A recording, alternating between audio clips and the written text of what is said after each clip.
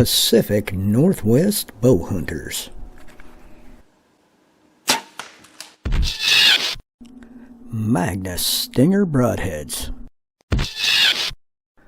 Black Eagle X impact arrows. Precision shooting equipment. Flex Fletch Silent Night vanes.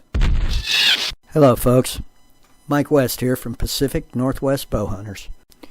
Well, I think I captured some pretty cool footage this year.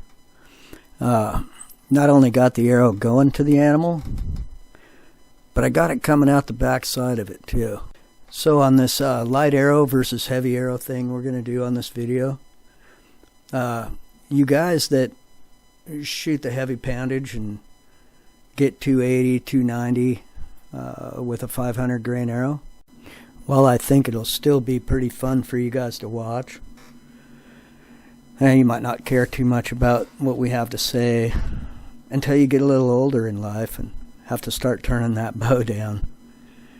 And to keep your arrow speed, you know, you'll be lightening up your arrow a little bit. And now I know it's going to be a little bit of a bummer to give up that horsepower, but hopefully this video kind of shows you that it might not be as important as we've all been made out to think that it is. So in this video coming up here, I have a 26.5 inch draw length and I'm shooting 57 pounds.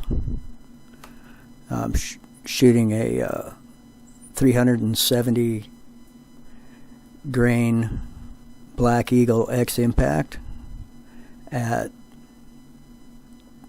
278 feet per second.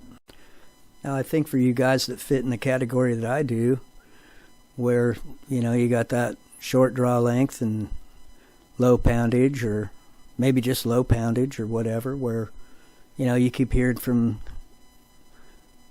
the high horsepower guys that, oh, you need a heavier arrow, you know, or maybe you're seeing with that heavier arrow that you're only getting about 250 feet a second.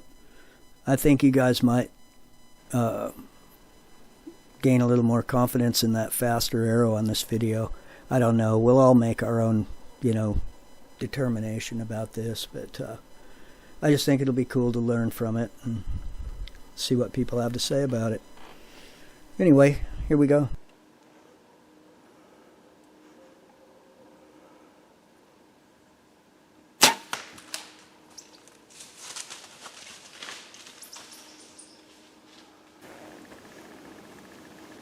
Bam. Looked like a pretty fair buck. Not sure which one it was. Well, it had buck teeth anyway. Now we're going to show you the shot from the back side of the animal.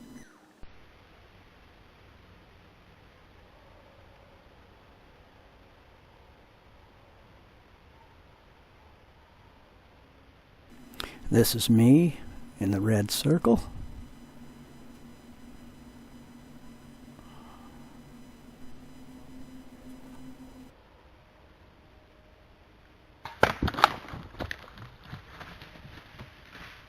Now we'll slow down both of those clips for you.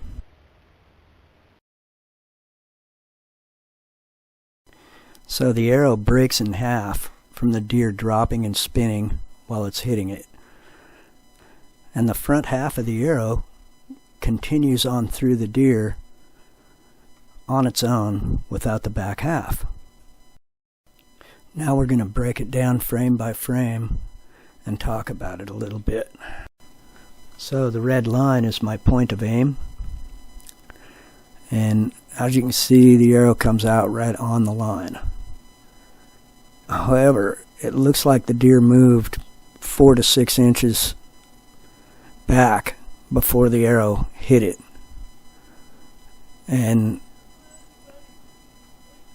I think it hit it right there, and then the arrow still comes out right on the point of aim.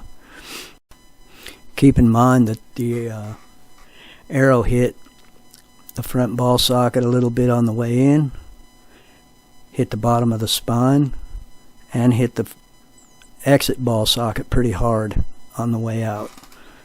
And keep in mind that that was also only a half of the arrow continuing on out through the animal on its own.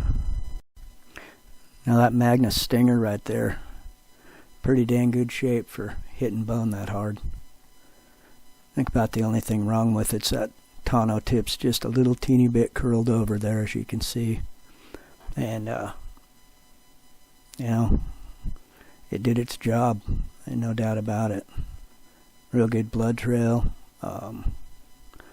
Thing's still as sharp as a razor blade even after going all the way through that animal.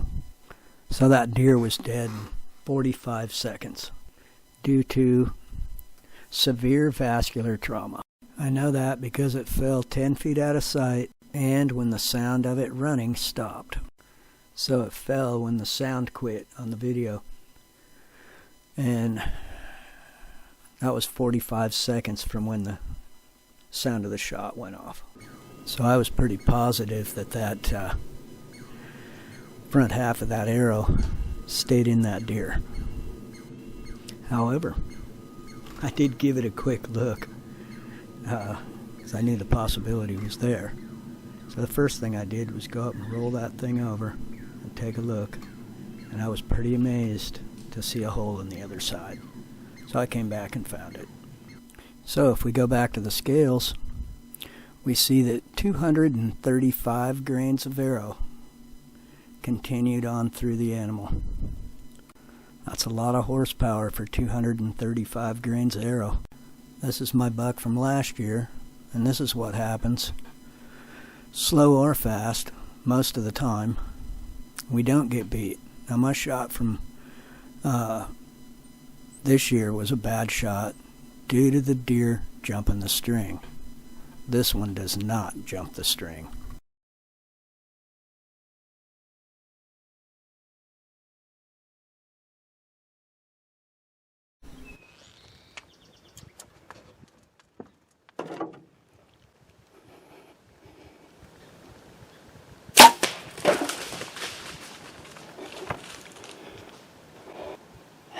I'm betting I smoked him.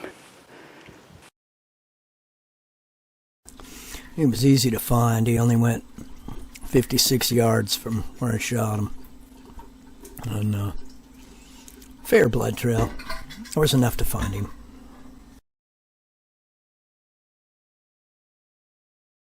So on the deer that jumped the string, the question is, where would that arrow have been at 250 feet a second or so?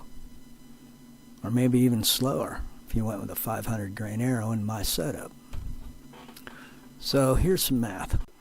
So I put my IBO speed of my bow, the weight of my arrow, and my draw length, and the poundage of my bow, and an arrow speed calculator. Now of course I didn't come up with the right speed, so I messed with the weight on the string until I came up with 278 feet per second, which is what my bow shoots through the chronograph. Then I just changed the arrow weight and left everything else the same, and it gave me a pretty good idea of what the speed would be with each heavier arrow. Now we can see if we look at the numbers here that even with the 500 grain arrow, the momentum didn't go up, but about 0.25. And the KE actually got worse after 420 grains, while the speed dropped considerably with each move we made. Now I didn't build this arrow light, I actually built it normal for how Black Eagle wants you to build the arrow, for 57 pounds and a 26.5 inch draw. It has a 100 grain Magnus Stinger on it. I also put a wrap on it, and it's 4-fletched. So it is a little heavier than some people might build an X-Impact 400. And it also has about a 12.5% FOC. I've been using a PSE Evolve 31 since 2017, and I've been using this weight arrow for quite an amount of years, even with my old Blue Mountain Wolverine at 242 feet a second. So for us shorter guys and people that want to shoot low poundage, I'm not saying this is what everybody should do. I'm just providing a little bit of information here, and was blessed enough to get this footage to show you what the capabilities are of it.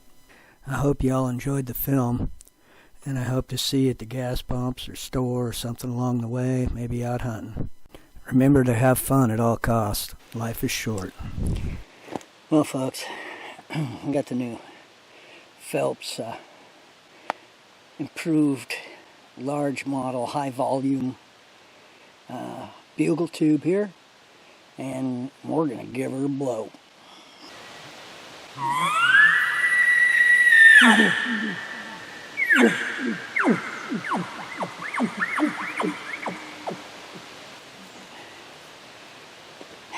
If that don't get them going, nothing will.